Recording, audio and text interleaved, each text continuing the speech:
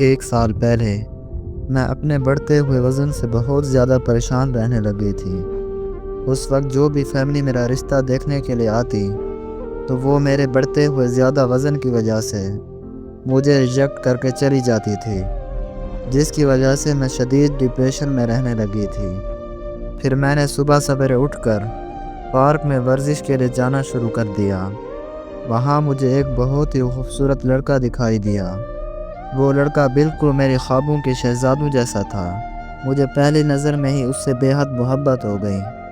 मैं उससे बात करने का सोच ही रही थी कि इतने में वो मेरे पास आया और मुझे मुस्कुराते हुए कहने लगा कि मैंने आपको पहले कभी यहाँ नहीं देखा।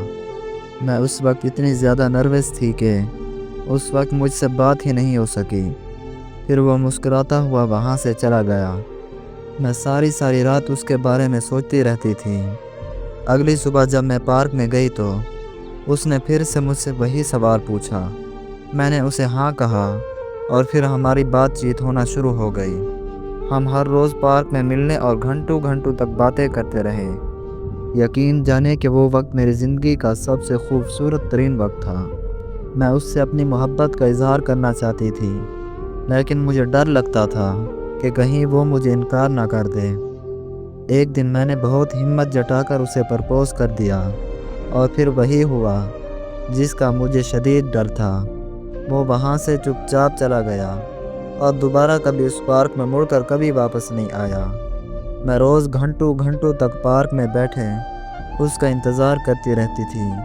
मैंने आसपास के लोगों से भी उस लड़के के बारे में पता करवाया, लेकिन उसका कहीं सुराग नहीं मिला। मैं दिन ब दिन उसके इंतज़ार में ज़हनी मरीज़ा बनने लगी थी।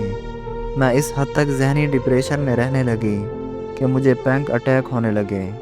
तब मेरे घर वाले मुझे एक डॉक्टर के पास ले गए और वो मुझे एंटी डिप्रेशन की मेडिसिन देने लगा।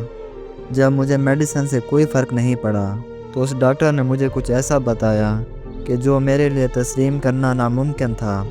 उसने मुझे बताया कि तुम एक बीमारी में मुब्तला हो।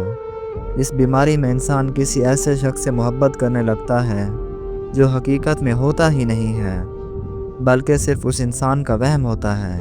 और तुम्हारे साथ भी बिल्कुल ऐसा ही हुआ है कि बार बार रिजेक्ट होने की वजह से तुम इतना डिप्रेशन में चली गई कि तुम्हें तुम्हारे ख्वाबों का शहज़ादा हकीकत में दिखाई देने लगा, जबकि वो सिर्फ़ और सिर्फ तुम्हारा वहम था। पहले तुम अपने वहम को हकीकत समझकर उससे बातें कर रही थी और फिर तुम्हें फ़ोबिया होने लगा कि कहीं वो शख्स तुम्हें छोड़ कर ना चला जाए। और उस बीमारी में फ़ोबिया का हो जाना मतलब बीमारी का एक्सट्रीम लेवल तक बढ़ जाना है। और फिर वो भी इस हद तक पहुंच गया कि तुमने ये मान लिया कि वो तुम्हें हकीकत में छोड़ कर चला गया है। अब तुम बीमारी की उस स्टेज तक पहुंच चुकी हो कि जहां हकीकत और वहम में फ़र्क पता लगाना बहुत ही मुश्किल काम है। इस छोटे डॉक्टर की बात सुनकर मैं अपने घर वापस आ गई और दोबारा कभी उसके पास इलाज करवाने के लिए नहीं गई। आज मैं ज़हनी मरीज़ा बनकर रह गई हूँ। वो मुझे इस कदर याद आता है कि मैं उससे पागलों की तरह ढूंढने लगती हूँ। मैं उसका आज भी बड़ी शिद्दत से इंतज़ार करती हूँ, जिससे मैंने इतनी मोहब्बत की, जिसे मैंने अपनी ज़िंदगी माना। उसके बारे में मैं ये कैसे मान लूँ कि वो हकीकत में नहीं था, बल्कि मेरा एक वहम था।